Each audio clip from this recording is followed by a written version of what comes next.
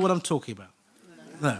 Louis Leprance disappeared off the face of the earth. He was meant to be visiting his brother in Dijon and then his rest of his family in Paris. He never arrived. No one knows what happened to him. Speculation as to what may have happened doesn't provide much in the way of convincing theories. There's no motive for suicide and no motive for murder. The only people who had reason to be pleased were the representatives for Thomas Edison, who suddenly were presented with a free run at the patent for cinematography. But we know the truth. Cinema began in Yorkshire.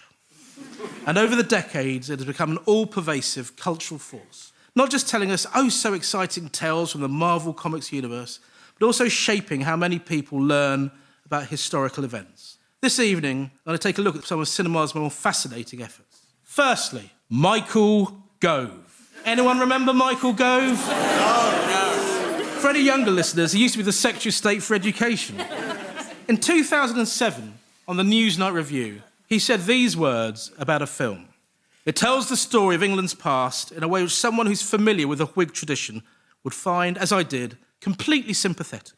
It's amazing to see a film made now that's so patriotic. I can't think of a historical period film in which England and the English have been depicted heroically for the last 40 or 50 years.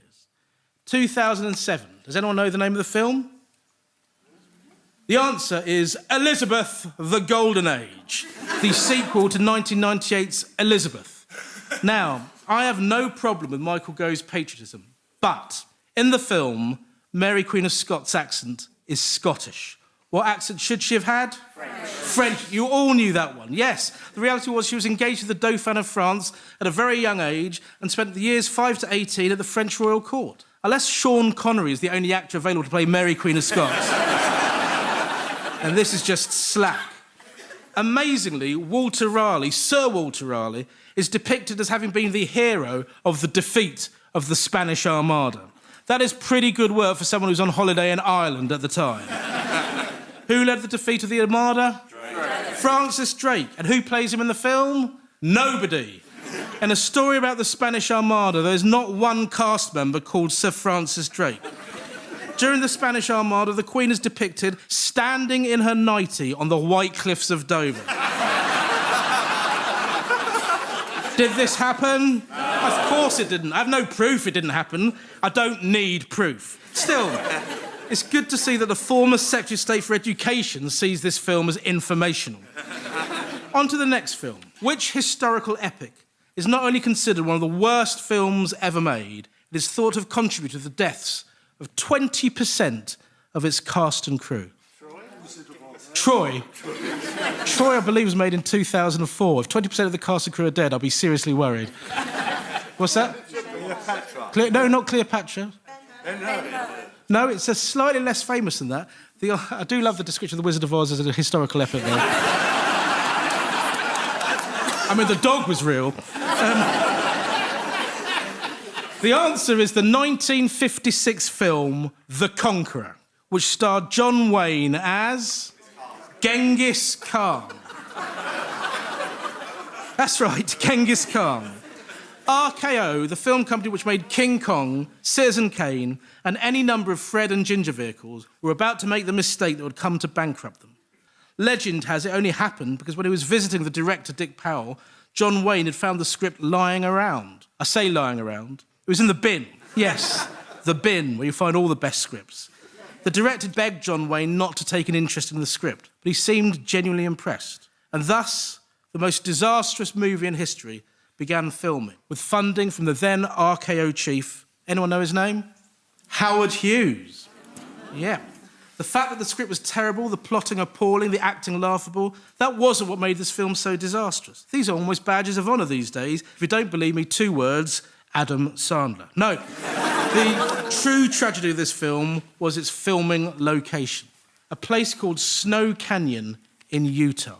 It was visually a perfect location to vaguely resemble Central Asia, but it came with a caveat. The location was downwind from an area of Nevada where 11 atomic bombs had recently been tested by the US military. 11.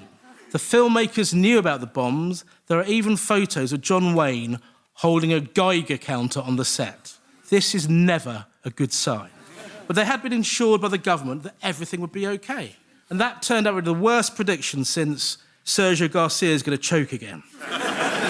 Because not only was the film so calamitously bad that RKO went bankrupt within a year, but in 1960, cast and crew members started getting diagnosed with cancer. His Mexican co-star, Pedro Armendariz, star of Latin American cinema, and the co-star from Russia with Love, shot himself dead after he discovered he had terminal kidney cancer.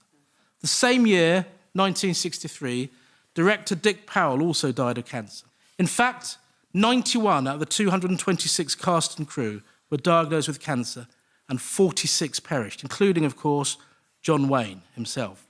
And then there was Howard Hughes. His role in the fiasco haunted him till his dying days. It was him who funded a film in radioactive land, but he actually made it worse.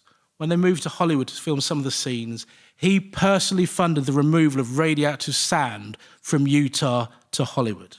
He couldn't believe it. He bought up every copy of the film so the public couldn't watch it. This cost him $12 million, double the cost of the original film.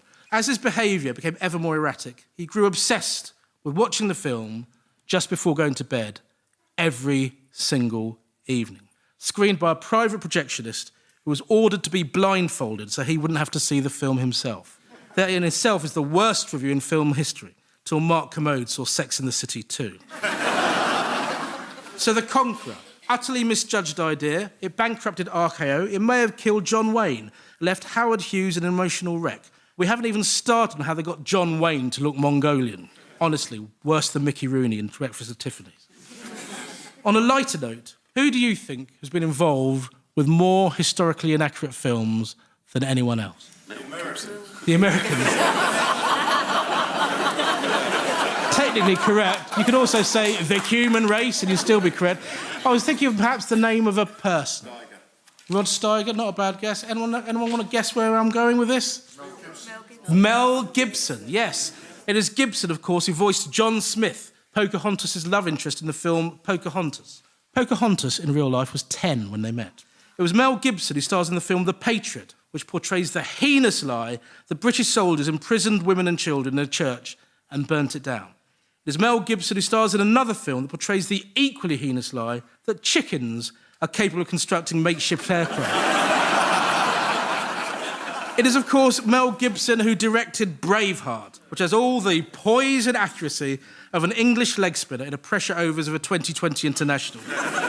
Braveheart has not one iota of fact in it. Not my words, the words of ScottishHistory.com. But let's start with the basics. William Wallace, the film claims, was born into poverty. He wasn't, he was born into minor nobility. Those kilts worn by William Wallace's men, they wouldn't have been made until 300 years later. That's when kilts were worn in Scotland. His army would no more likely be wearing kilts than they would be drinking iron brew, or singing the Proclaimers, or saying Fandabidozi. They never painted their faces blue. That was the Picts when they fought the Romans many centuries earlier. If you're going to portray Wallace's victory of the English at the 1297 Battle of Stirling Bridge, then maybe show a bridge. It wasn't called the Battle of Generic Grassland. The bridge was the vital tactical reason why the Scots won. You may take my life, Mel Gibson, but you will never take my freedom to pedantically take apart your stupid film.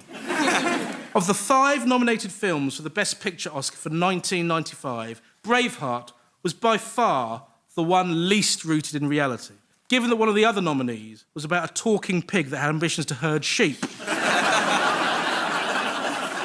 That was some achievement.